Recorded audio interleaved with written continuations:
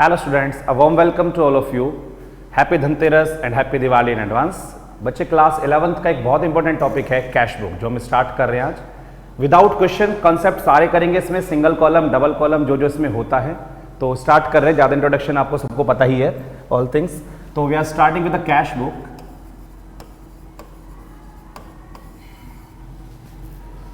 बच्चे cash book आपके पास चार तरह की है बेसिकली. सबसे पहले है सिंगल कॉलम कैश बुक.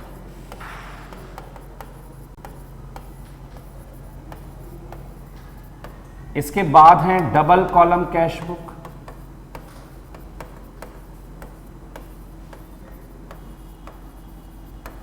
फिर ट्रिपल कॉलम कैश बुक होती हैं.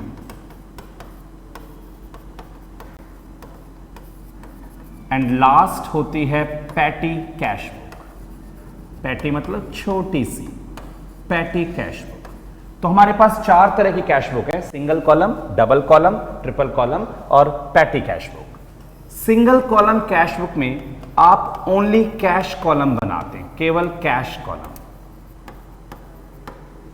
डबल कॉलम कैश बुक में आप एक कैश का कॉलम बनाते हैं और साथ में एक बैंक का कॉलम बनाते हैं. कैश के साथ में कौन सा कॉलम बनता है? बैंक का कॉलम बनता है. और ट्रिपल कॉलम कैश बुक में आप एक कैश कॉलम बनाते हैं, एक बैंक कॉलम बनाते हैं और साथ में आप एक डिस्काउंट कॉलम बनाते हैं, जो कि अभी not in syllabus, current syllabus में 11th क्लास में ये नहीं है. पिछले 5-6 साल से ये क्लास 11 से रिमूव कर दिया गया है, तो भी इसका कोई सिग्निफिकेंट है नहीं. और पैटी कैश बच्चे ये छोटे छोटे स्मॉल एक्सपेंसेस के लिए बनता है. जब आप इसको करेंगे तो तभी आपको पता चल जाएगा. सर इसमें इंपॉर्टेंट क्या होता है? बच्चे इसमें इंपॉर्टेंट होता है डबल कॉलम कैश बुक, जो कि एग्जाम में 6 to 8 मार्क्स में आना ही आना है. यानी डबल कॉलम कैश बुक सबसे ज्यादा इंपॉर्टेंट है, जो 6 से 8 नंबर में आता है. बहुत बड़ा कुछ कंटेंट नहीं है, चैप्टर अराउंड 30 से 40 मिनट में हम सारा इसका फोकस कर लेंगे. यहां तक बेसिकली ये पैटी कैश बुक तो सभी के स्कूलों में आता भी नहीं है और ये हमें करना नहीं है, बिकॉज आपके सिलेबस में नहीं है. तो we are starting with the very first topic, that is single column cash book. तो आप चेक करेंगे सिंगल कॉलम कैश बुक. बच्चे सबसे पहले तो हम कैश बुक का फॉर्मेट देखते हैं कि क्या क्या कॉलम्स इसमें हम बनाते हैं. सिंगल कॉलम कैश बुक में बच्चे सबसे पहला कॉलम है डेट. अगला कॉलम होता है पर्टिकुलर्स. फिर एक कॉलम बनाते हैं V number, V for voucher number. आप साथ साथ फुल फॉर्म ही लिख लेना, V number means voucher number. फिर हम एक एलएफ कॉलम बनाते हैं, लेजर फोलियो बोलते हैं जिसको, और एक कॉलम हमारा बनता है अमाउंट का. इस तरह से आपकी डेबिट साइड हो जाती है. सिमिलरली आप क्रेडिट साइड में एक डेट कॉलम बनाएंगे, एक पर्टिकुलर कॉलम बनाएंगे, फिर एक वी नंबर का कॉलम बनेगा वाउचर नंबर, फिर एक एलएफ का कॉलम बनेगा और फिर एक कॉलम बनेगा हमारा अमाउंट का कॉलम. ये आपकी डेबिट साइड होती है और ये आपकी क्रेडिट साइड होती है. कोई इशू नहीं है, फॉर्मेट वाइज आपको कोई दिक्कत नहीं है कि कैसा फॉर्मेट है. डेबिट साइड में डेट पर्टिकुलर अमाउंट, मेन तो डेट पर्टिकुलर अमाउंट है और उसके बाद में डेट पर्टिकुलर अमाउंट, क्योंकि वी नंबर वाउचर नंबर भी खाली रहता है और एलएफ भी खाली रहता है, क्योंकि आप रियल लाइफ अकाउंटिंग तो कर नहीं रहे हैं, तो आपको ये सब तो खाली ही छोड़ना पड़ता है. आपको पता है बातें. मैं थोड़ा सा यहां पर कुछ आपको बताना चाहता हूं बेटा, कुछ इसके रूल्स हैं इसे करने के लिए. तो कुछ पॉइंट्स हैं, आप मेरे साथ साथ ही लिखेंगे इन पॉइंट्स को. सबसे पहला पॉइंट, क्योंकि टॉपिक का नाम है कैश बुक और कैश बुक का मतलब कैश ट्रांजैक्शन, तो कैश बुक में किसी भी तरह का उधार लेन देन, क्रेडिट ट्रांजैक्शन नहीं आता. तो पहली चीज क्या है? Only cash transactions are recorded. इसमें केवल नगद लेन देन आते हैं, नगद लेन देन. तो date means credit transactions are not recorded. इसमें किसी भी तरह का उधार लेन देन नहीं आता. Credit transaction are not recorded. Okay है ये बात तो आपको. अब उसके बाद इसमें सेकंड रूल क्या है? जो भी कैश आपके पास आता है, जो भी कैश आता है वो डेबिट साइड में आएगा. ऑल कैश रिसीव्ड, जितना भी कैश आपके पास आएगा जितनी भी कैश रिसिप्ट्स होंगी वो डेबिट साइड में लिखी जाएंगी, और जितनी भी कैश पेमेंट्स होंगी वो सब आपको क्रेडिट साइड में लिखनी है। क्योंकि आप सभी को पता है जब कैश आता है तो कैश डेबिट होता है और कैश जाता है तो क्रेडिट होता है। तो आप जो ये बातें हैं बस दो अपने माइंड में सेट करना कि जितना भी कैश आएगा that would be recorded on the debit side, and जो भी कैश जाएगा that would be recorded on the credit side. एक बार क्वेश्चन के साथ हम फॉर्मेट में थोड़ा बातें करते हैं, ठीक से चेक करेंगे इसमें मैं क्या बताना चाह रहा हूं। सबसे पहले बेटा शुरुआत कैसे करते हैं, शुरुआत क्या करते हैं, जब भी आपका क्वेश्चन शुरू होगा तो ऐसे कुछ दिया होगा, मान लो अप्रैल 1 आपको एक डेट दी होगी और उस दिन या तो आपके सामने लिखा होगा कैश इन हैंड, या तो आपके सामने लिखा होगा कैश इन हैंड ₹10,000 या 1 लाख, या आपके सामने लिखा होगा स्टार्टेड बिजनेस विद कैश। तो ये 100% श्योर है कि जब भी आपका क्वेश्चन कैश बुक का स्टार्ट होगा सिंगल कॉलम का, तो आपके सामने दो बातें होंगी कि या तो आपके पास कैश इन हैंड लिखा होगा या आपके पास स्टार्टेड बिजनेस विद कैश लिखा होगा। बेटा आप सभी जानते हैं, आपने लेजर सबने पढ़ा है, सबसे पहले हम लिखते हैं टू बैलेंस बीडी। तो सबसे पहले जो भी महीने की पहली डेट है अप्रैल 1, जो भी पहली डेट है उस दिन आपको लिखना है to balance brought down. BD मतलब ब्रॉट डाउन। सबसे पहले जो आपको शुरू में कैश दे रखा है कैश इन हैंड 1 लाख, आप इस तरह से लिख देंगे to balance BD 1 lakh amount column में। डन है बातें। सर अगर स्टार्टेड बिजनेस विद कैश होता तो हम क्या करते, बेटा अगर ऐसे बोलता है तो आप बैलेंस बीडी ना लिख के आप लिखते टू कैपिटल। आप क्या लिखते, टू कैपिटल, क्योंकि आपने कैपिटल लगाई। और आपको पता है जब हम बिजनेस स्टार्ट करते उसकी जनरल एंट्री क्या होती है, sir cash account debit to capital होती है। हाँ तो आप खुद ही बताओ, जब general entry cash account debit to capital होती है तो कैश अकाउंट के डेबिट में टू कैपिटल जाना चाहिए ना, तो मैंने टू कैपिटल लिखा ना। तो पहली एंट्री आपके सामने क्या आएगी, या तो कैश इन हैंड दिया होगा, अगर कैश इन हैंड लिखा है तो आप टू बैलेंस बीडी लिखना, और अगर स्टार्टेड बिजनेस विद कैश लिखा हुआ है तो आप टू कैपिटल लिखना। हाँ सर ये बात हमें समझ में आ गई है, ये पहली बात आपको ओके हो गई है, ठीक है। अब बहुत सिंपल, जितना कैश आया वो डेबिट साइड में और जितना कैश गया वो क्रेडिट साइड में। अब कैश कहां से आता है, सर सेल से आता है। मान लो आपने गुड्स बेचे तो टू सेल्स, आप इधर लिख देंगे जो भी अमाउंट होगा। हाँ सर मान लो कह रहा कमीशन रिसीव फ्रॉम दीपक, तो आप लिख देंगे टू कमीशन। सर कमीशन भी समझ में आ गया। और कहां से आता है सर कैश, मान लो आपने बैंक से पैसा निकाला हो, आपने बैंक से पैसा निकाला हो तो आपके पास कैश आ गया। हाँ सर समझ में आ गई बात, टू बैंक। अगर कब विड्रॉन है बैंक से, अगर विड्रॉन फ्रॉम बैंक है, अगर बैंक से आपने निकाला है, या फिर मेरा कोई डेटर था दीपक नाम का, उससे मुझे कैश मिल गया, उससे मैंने सामान बेचा था और दीपक आज कैश दे गया, तो सर क्या टू दीपक लिख दिया जाए। मैंने कहा हाँ बेटा टू दीपक लिख दिया जाए। ओके तो सर इसका मतलब यह है कि जब भी कैश आएगा हम डेबिट साइड में लिख देंगे, जब भी कैश आएगा हम डेबिट साइड में। बिल्कुल सीधी सी बात, मैं तो बेटा यही कह रहा हूं कि जब भी कैश आएगा हम डेबिट साइड में लिख देंगे। सर फिर अगर कैश जाता है तो क्रेडिट में लिखते हैं क्या, हाँ जी सर कहां जा सकता है, मान लो आपने परचेजेस, आपने गुड्स खरीदे तो आपके पास से कैश गया, या फिर आपने किसी को सैलरी पे करी तो आपके पास से कैश गया, या मान लो आपने किसी को रेंट पे किया तो कैश गया, या फिर आपने डिपॉजिट कर दिया बैंक में तो भी आपके पास से कैश गया। बाय बैंक, अगर आपने डिपॉजिट कर दिया बैंक में तो भी आपके पास से कैश गया, या मालिक ने विड्रॉ कर लिया, विड्रॉ तो बाय ड्रॉइंग्स तो भी कैश गया। तो बच्चे कैश तो कहीं भी जा सकता है ना, जब भी आप किसी को कैश पे कर रहे हैं तो कैश गया। या मान लो पेड कैश टू मोहन, तो बाय मोहन, आपने मोहन को पे कर दिया।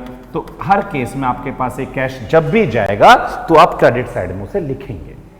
हाँ सर ये तो बड़ा आसान सा लग रहा है, कुछ मुश्किल हमें लग नहीं रहा है इसमें, ठीक है। और बाद में क्या करेंगे, बाद में हम टोटल करेंगे, इधर का भी टोटल करेंगे, इधर का भी टोटल करेंगे। जो टोटल यहां होता है उसको यहां लिखते हैं और इसमें से इन सब को माइनस करके हम बना देते हैं बैलेंस सीडी। बैलेंस सीडी मतलब क्लोजिंग बैलेंस। सर बात समझ में आ गई है क्या? एक छोटा सा एग्जांपल लेके आप हमें कराना चाहोगे? बेटा बहुत छोटा सा लूंगा, बस छोटा सा एग्जांपल, और आपको सारा को समझाने का प्रयास करता हूं मैं। चेक करेंगे आप एक बार, एक छोटा सा क्वेश्चन हम बनाते हैं यहां पर, चेक करेंगे। Prepare single column cash book from the following, मतलब इन डिटेल से आपको एक सिंगल कॉलम कैश बुक बनानी है।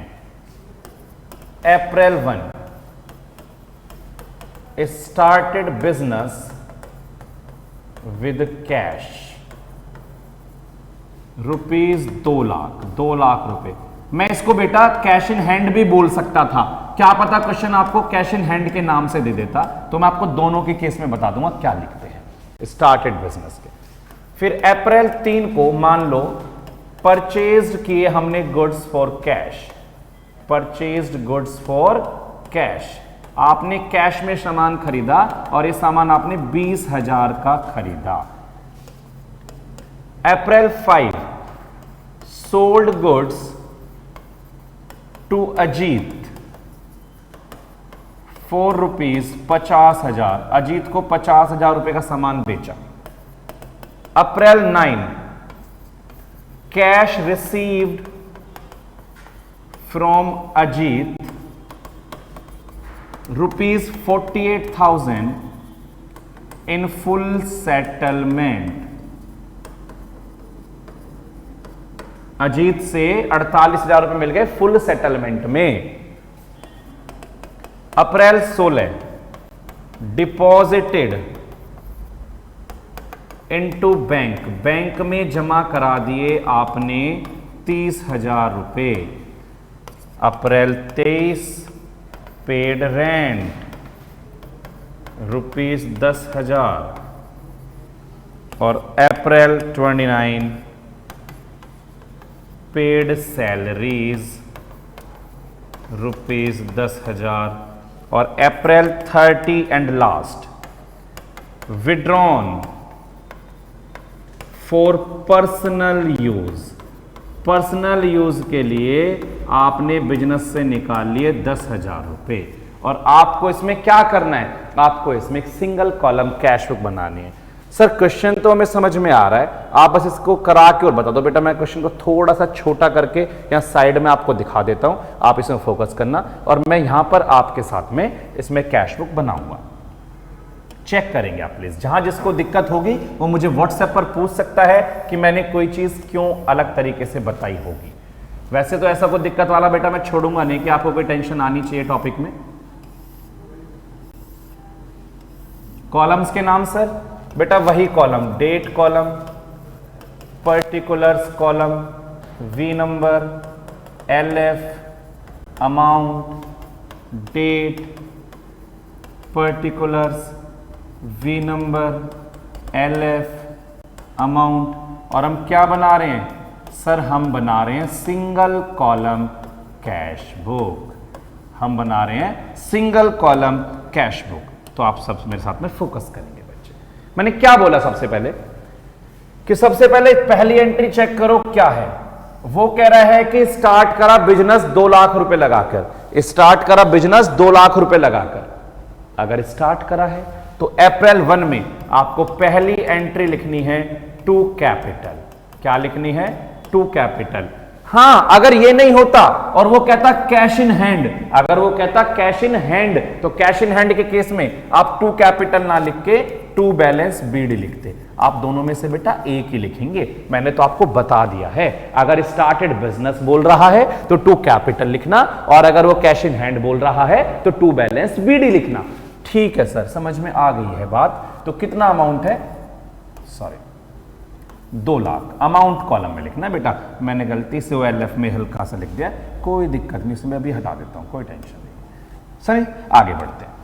अब परचेज गुड्स फॉर कैश, 20,000 रुपए का सामान कैश में खरीदा। कैश आया या गया? आपको पता है कैश गया, और जब भी कैश जाएगा तो क्रेडिट में आएगा, आएगा तो डेबिट में आएगा। सर बड़ा आसान है ये तो, मैं तो पहले ही कह रहा था बड़ा आसान है। बाय परचेजेस, बाय परचेजेस, कितना सामान खरीदा आपने? 20,000 का। ओहो सर कैश चला गया। Sold goods to Ajit, sold goods to Ajit, बहुत ध्यान से, बहुत ध्यान से, रेड पेन ले लेता हूं, पिंक ले लेता हूं। Sold goods to Ajit, sir ये एंट्री हम रिकॉर्ड नहीं करेंगे, कि क्यों नहीं करेंगे जी? क्योंकि सर नाम लिखा है, नाम होता है तो उधार होती है, और उधार के केस में पैसा नहीं आता, और पैसा नहीं आता तो सर कैश बुक में क्या काम है? हाँ भाई सही बात है, लेकिन सर एंट्री तो बता दो। हाँ बेटा एंट्री बता देता हूं। अजीत को सामान बेचा तो अजीत डेबिट टू सेल्स होती है। अजीत को सामान बेचा तो अजीत डेबिट टू सेल्स होती है 50,000 से। जब डबल कॉलम करेंगे ना तो जर्नल प्रॉपर में वर्किंग नोट बनाएंगे। क्वेश्चन के नीचे हम क्या बनाए करेंगे? वर्किंग नोट, और उसमें क्या लिखेंगे? Journal proper. वहां पर इन एंट्री को लिख के दिखाते हैं। बहुत सारे स्कूल में जनरल प्रॉपर बनवाते नहीं है, लेकिन जनरल प्रॉपर वास्तव में तो बनता है। डबल कॉलम में तो मैंडेटरी होता है, डबल कॉलम में तो बनाना ही पड़ता है।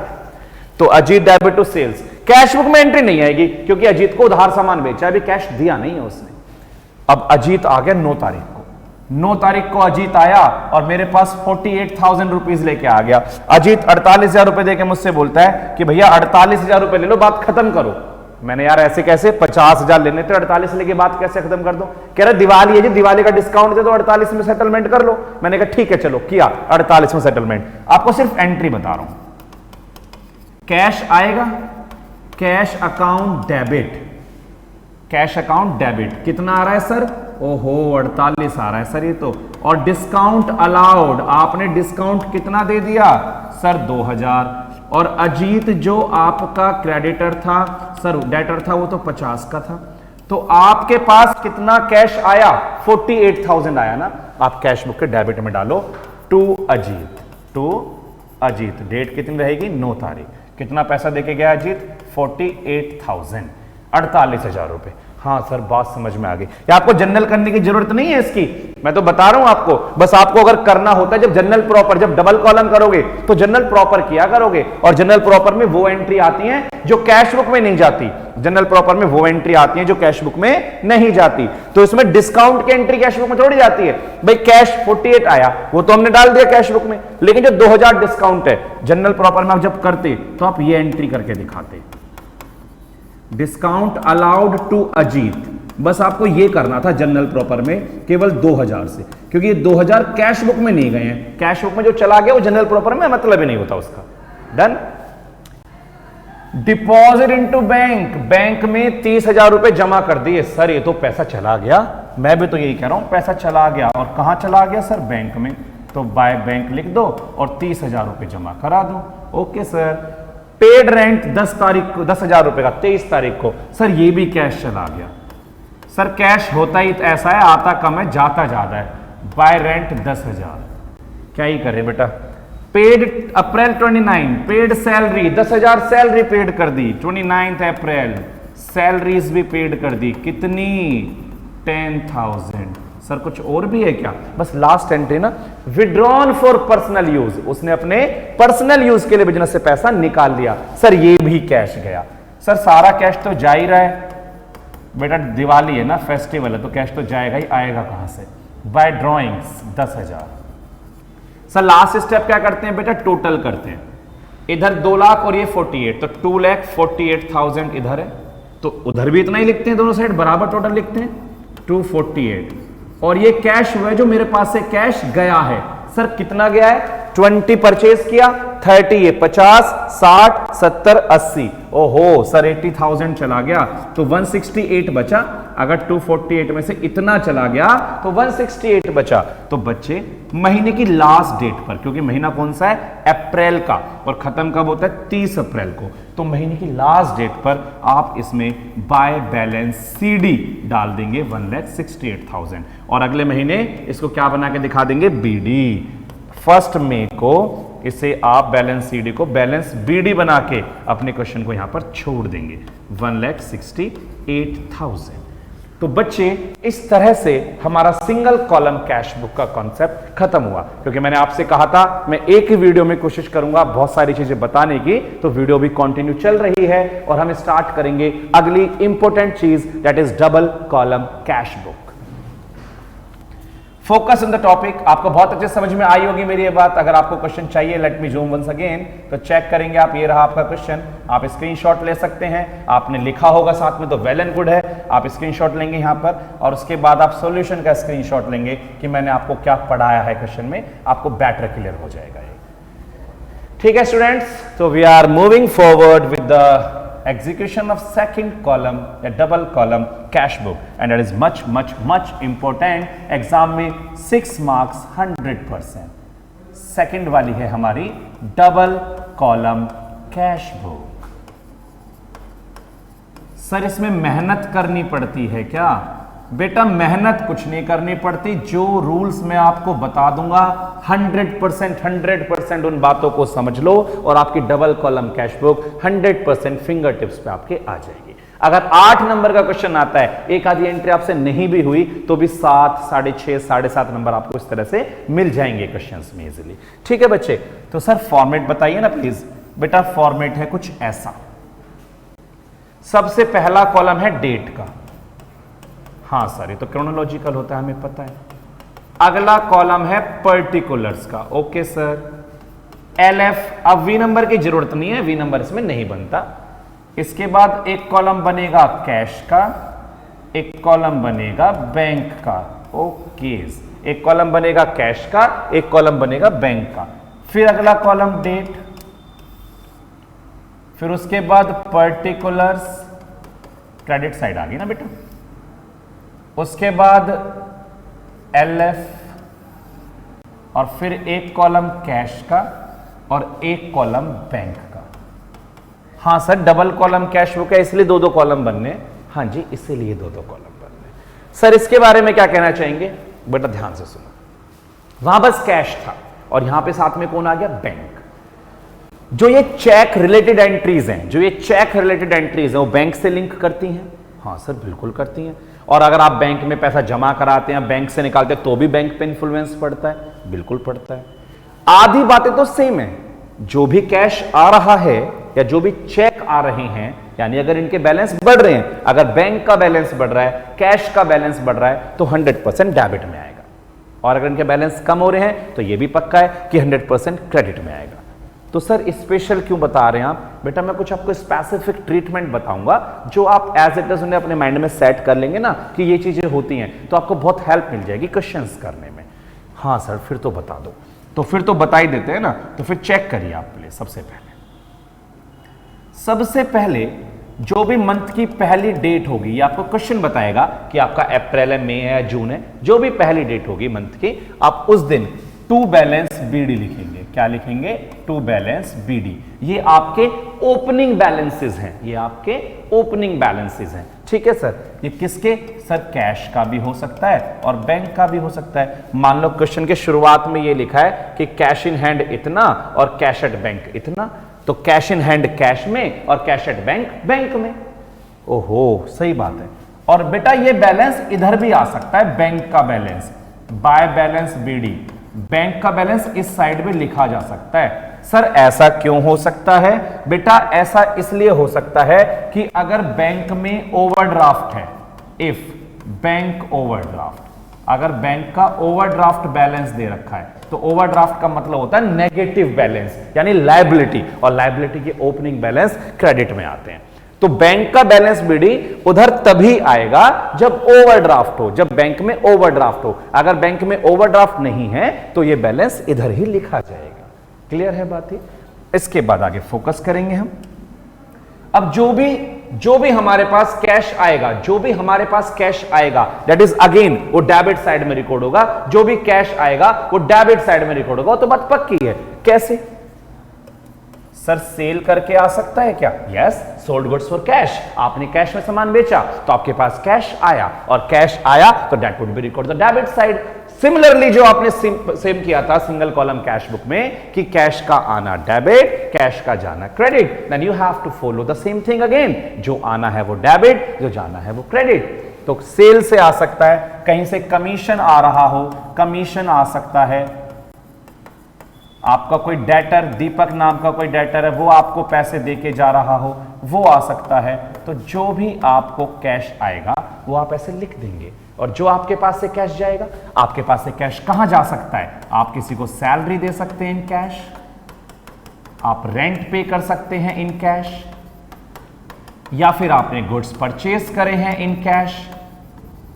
तो अगर ऐसी सिचुएशंस आपके सामने आती हैं तो आपके पास से कैश गया, और कैश गया तो दैट मींस क्रेडिट साइड में। तो स्पेशल क्या है? स्पेशल क्या है, स्पेशल चीजों पे फोकस करो। मैं इसको थोड़ा सा जूम इन करके इसको हटाता हूं, आप थोड़ा फोकस करना, जो बात है मैं बताऊंगा आपको। पहली बात चेक करेंगे बच्चे, सबसे पहला फोकस आपका होना चाहिए कॉन्ट्रा एंट्रीज पर। सर सुपर कॉन्ट्रा गेम तो होता था, कॉन्ट्रा एंट्रीज क्या आ गई अकाउंट्स में?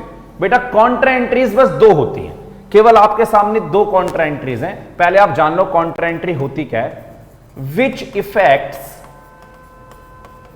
Effects both cash and bank. Accounts में ऐसी ट्रांजैक्शन जिसमें कैश और बैंक दोनों में फर्क पड़ता है वो कॉन्ट्रा एंट्रीज होती हैं। सर कोई एग्जांपल देंगे क्या? Cash deposit into bank, bank में कैश जमा करा, बैंक में कैश जमा करा तो आपके पास से पैसा गया, तो बैंक का बैलेंस तो बढ़ गया और आपका कैश कम हो गया। तो सबसे पहली कॉन्ट्रा होती है डिपॉजिटेड इनटू बैंक, बैंक में आपने डिपॉजिट किया। इससे होगा क्या? इससे होगा ये कि बैंक का बैलेंस तो बढ़ जाएगा और आपके पास से कैश चला जाएगा। तो पता है आप क्या करेंगे? आप बैंक के डेबिट साइड में लिखेंगे, बैंक के डेबिट साइड में टू कैश के नाम से, और कैश आपके पास से जा रहा है तो कैश के क्रेडिट में लिखेंगे बाय बैंक के नाम से। ओहो सर समझ में आ गई है बात। और एलएफ कॉलम में सी लिखेंगे। सी मतलब कोई और सी मत समझना, सी का मतलब कॉन्ट्रा है, कॉन्ट्रा कभी सोचो वाला सी, वो सी नहीं है, दैट इज कॉन्ट्रा। डन है। तो बैंक के डेबिट में टू कैश, तो ऐसे लिखे करेंगे बैंक के डेबिट में टू कैश, एलएफ कॉलम में सी, और कैश के क्रेडिट में बाय बैंक, कैश के क्रेडिट में बाय बैंक और एलएफ कॉलम में सी। सर बहुत अच्छे से समझ में आ गई है हमें आपकी पहली कॉन्ट्रा एंट्री। अब दूसरी कॉन्ट्रा की बात हम कर लेते हैं। जैसे ये कैश डिपॉजिट था, ऐसे ही हम ऑफिस से कैश निकाल नहीं सकते बैंक से, तो विड्रॉन फ्रॉम बैंक, बैंक से निकाल लिया। और ऑब्वियस सी बात है फॉर ऑफिस यूज है, तो सर इस केस में तो बैंक का बैलेंस कम हो जाएगा और आपके पास ऑफिस में कैश आ जाएगा। मैं अभी एग्जैक्टली ये कह रहा हूं, बैंक का बैलेंस कम हो जाएगा और कैश आ जाएगा। तो सर फिर तो ये होना चाहिए ना, कैश के डेबिट में लिखो क्योंकि कैश तो आ रहा है टू बैंक के नाम से, और बैंक के क्रेडिट में लिखो, और बैंक के क्रेडिट में लिखो किसके नाम से? बाय कैश के नाम से। और एलएफ कॉलम में सी फॉर कैट भी नहीं है, सी फॉर वो भी नहीं है, सी फॉर कॉन्ट्रा है। एलएफ कॉलम में फिर से सी लिखेंगे। ठीक है, तो फिर से हम कैसे लिखेंगे? कैश के डेबिट में टू बैंक, और बैंक के क्रेडिट में बाय कैश, बैंक के क्रेडिट में बैंक इज देयर। सर ये बातें तो बहुत बढ़िया तरीके से आपने हमें समझा दी हैं, कॉन्ट्रा एंट्री हम समझ चुके हैं, तो कॉन्ट्रा एंट्रीज में आपको दिक्कत नहीं है। तो कॉन्ट्रा एंट्रीज के बाद बस एक चेक का कॉन्सेप्ट हमारा लास्ट है, और चेक का कॉन्सेप्ट हमें पढ़ते ही हमें सारी बात बहुत अच्छे से समझ में आने वाली है, कोई दिक्कत वाली बात नहीं है। तो लास्ट कॉन्सेप्ट बेटा हम स्टार्ट कर रहे हैं चेक के साथ, तो बहुत ध्यान से समझना। मुझे फॉर्मेट भी ऊपर ले जाना पड़ेगा यहां से, और मुझे आगे की बातें लिखनी है, तो आप मेरे साथ साथ पेन लेके बेटा लिखते रहेंगे चेक के कॉन्सेप्ट के साथ। तो मैं लिख रहा हूं ट्रीटमेंट ऑफ चेक। बहुत अच्छे से फोकस करना है प्यारे बच्चों, because this is the only point जहां पर बच्चे कंफ्यूज होकर इसको कर नहीं पाते हैं। ठीक है बच्चे, तो treatment of cheque, first point, cheque से related first point, if cheque is received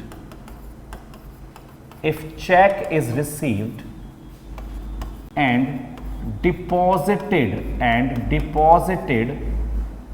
into bank on same date। अगर चेक मिला और उसे सेम डे बैंक में जमा करा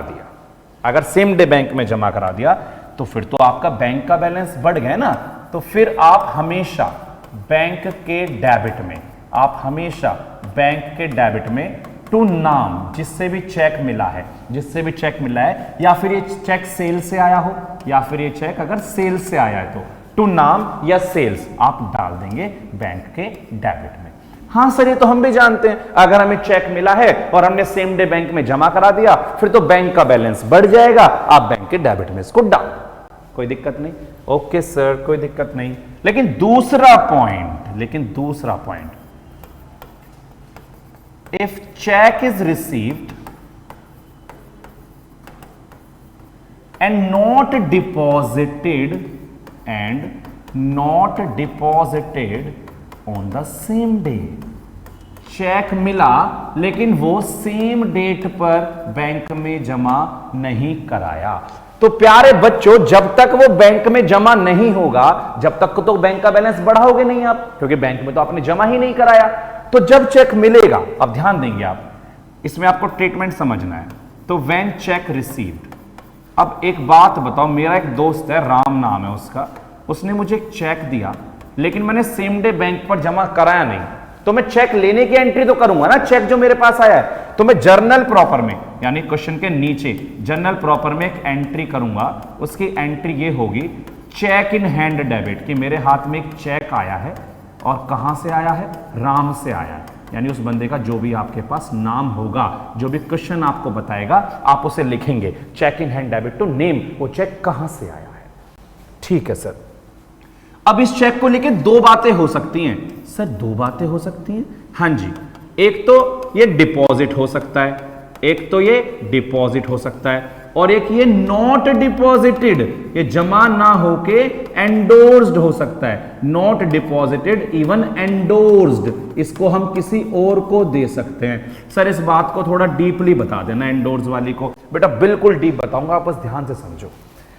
जब ये चेक जमा होगा, जिस दिन डिपॉजिट होगा उस दिन तो आपका बैंक बैलेंस बढ़ेगा ना, तो उस दिन, जिस दिन जमा होगा, आप उस दिन बैंक के डेबिट में डालना, टू चेक इन हैंड के नाम से। कहां डालना है? बैंक के डेबिट में, टू चेक इन हैंड के नाम से, और ब्रैकेट में नेम मेंशन कर देना कि चेक किसका था, नेम मेंशन कर देना कि चेक किसका है। हां सर समझ गए बात। मेरा एक दोस्त बैठा हुआ यहां पर फहीम, इसने मुझे एक चेक दिया, अब मैंने इसे चेक तो ले लिया, अब मैंने इसे चेक लेके ना, मैं अभी कहीं घूमने जाना था मुझे, तो मैंने बैंक में जमा कराया नहीं, तो मैंने जब फहीम से चेक लिया तो मैंने चेक इन हैंड रखा अपने पास, cheque in hand debit to Faheem. अब मैं 4 दिन बाद घूम के आया, मैं बैंक में चेक लेके जा रहा हूं और बैंक में जमा करा दिया, तो मेरा बैंक का बैलेंस बढ़ गया और मेरे पास से क्या गया, चेक इन हैंड चला गया। कहां पर? बैंक में। तो बैंक के डेबिट में लिखूंगा टू चेक इन हैंड, और साथ में मेंशन कर दूंगा फहीम का चेक है। आप समझ रहे हैं मेरी बातें? ठीक है। और ये अगर डिपॉजिट नहीं होता, अगर ये चेक डिपॉजिट नहीं होता, सर ऐसे कैसे होता है? फहीम से मुझे 10,000 रुपए लेने थे और मेरा एक दोस्त और बैठा हुआ नकुल, उसको मुझसे पैसे लेने 15,000। तो मैंने जो फहीम से चेक लिया, मैंने उससे बोला फहीम भाई इस पे नाम मत लिखना, आप इस पे आप नाम मत लिखना, तो इसने नाम नहीं लिखा, मैंने चेक ले लिया और मैंने उस पर नकुल का नाम लिख के नकुल को दे दिया, यानी ये चेक मैंने यहां से लेके वहां पर दे दिया नकुल को, ठीक है, और मैंने बैंक में जमा नहीं कराया। इसे बोलते हैं एंडोर्समेंट, तो सर फिर तो बैंक में तो गया ही नहीं, मैं भी यही कर रहा हूं, बैंक में तो गया ही नहीं, तो बैंक में एंट्री भी क्यों डालूं मैं इसकी? ओहो सर, फिर से जर्नल प्रॉपर बनेगी क्योंकि बैंक में नहीं गया है। हां जी बच्चे, जर्नल प्रॉपर ही बनेगी क्योंकि बैंक में नहीं गया है। सर किस नाम से बनेगी? क्योंकि मैंने चेक नकुल को दे दिया है, तो उसका नाम लिखूंगा name debit to cheque in hand, जो चेक मेरे पास था वो मैंने नकुल को दे दिया। तो बेटा मैं क्वेश्चन के नीचे जर्नल प्रॉपर में फिर से जर्नल एंट्री करके दिखाऊंगा इसकी। आपको मेरी बात समझ में आ गई है? तो आपको चेक का ओवरऑल ट्रीटमेंट स्क्रीनशॉट ले सकते हैं, साथ साथ नोट किया तो वेल एंड गुड है। आपको चेक का ट्रीटमेंट समझ में आ गया, इससे ज्यादा चेक का ट्रीटमेंट नहीं होता है। एक लास्ट थिंग हमारी और रहती है, उसे खत्म करके हम वीडियो को एंड करेंगे, फिर अगली वीडियो इसके क्वेश्चंस पे बनाएंगे। हम क्वेश्चंस यहां पर सिलेक्ट करेंगे स्क्रीन पर and we will share some good questions also. तो चेक करेंगे लास्ट। अगर deposited cheque, if deposited cheque is dishonoured, जो चेक आपने जमा कराया था वो डिसऑनर्ड हो गया। डिसऑनर्ड मतलब बाउंस, बाउंस, बाउंस, ये वर्ड आपने सुना होता है, इसलिए मैंने बोल दिया बाउंस, ठीक है। डिसऑनर्ड हो गया मतलब क्या है? फहीम ने ना मुझे एक चेक दिया था, ये थोड़ा धोखेबाज आदमी है, मेरा पागल बनाने के लिए 10,000 का चेक दे दिया। अब मैंने बैंक में जमा करा दिया वो चेक, मैंने चलो भाई क्लियर हो जाएगा। अब वो चेक तो क्लियर ही नहीं हुआ, जब मैंने बैंक में जमा करा तो बैंक का बैलेंस तो बढ़ गया था। अब 3 दिन बाद मैसेज आया, your cheque was return unpaid, there was no sufficient balance in the person's account, बंदे के अकाउंट में पैसे नहीं थे। तो अब क्या होगा, अब बैंक से वापस मेरा बैलेंस कम हो गया। ओहो सर आप क्या करेंगे, मैं फहीम को पकड़ूंगा जाके कि भाई पकड़ एक ऐसा चेक दे दिया मुझे, ये तो क्लियर ही नहीं हो रहा है बैलेंस, मैं बोलूंगा ना इसको, तो फहीम फिर से मेरा डेटर बनेगा, फहीम फिर से मेरा डेटर बनेगा और बैंक का बैलेंस सर कम हो जाएगा। तो आप क्या करेंगे, आप बैंक के क्रेडिट में, आप बैंक के क्रेडिट में डालेंगे बाय नेम, क्योंकि बैंक का बैलेंस कम हो जाएगा। और अगर जनरल एंट्री बताऊं तो एंट्री बनती है डेटर्स डेबिट, क्योंकि डेटर्स मेरे फिर से बढ़ गए और बैंक का बैलेंस कम हो गया। ये बस नॉलेज के लिए मैंने आपको बताई है बेटा। होपफुली आपको सारा कॉन्सेप्ट बेहतरीन तरीके से समझ में आया होगा और हम इसके जब क्वेश्चंस करेंगे तो आपको बिल्कुल ही क्लियर हो जाएगा। तो स्टे ट्यून्ड, बहुत जल्दी दूसरी वीडियो आने वाली होगी और इसका क्वेश्चन हम करेंगे कैश बुक का। Take care, happy Diwali once again, good bye.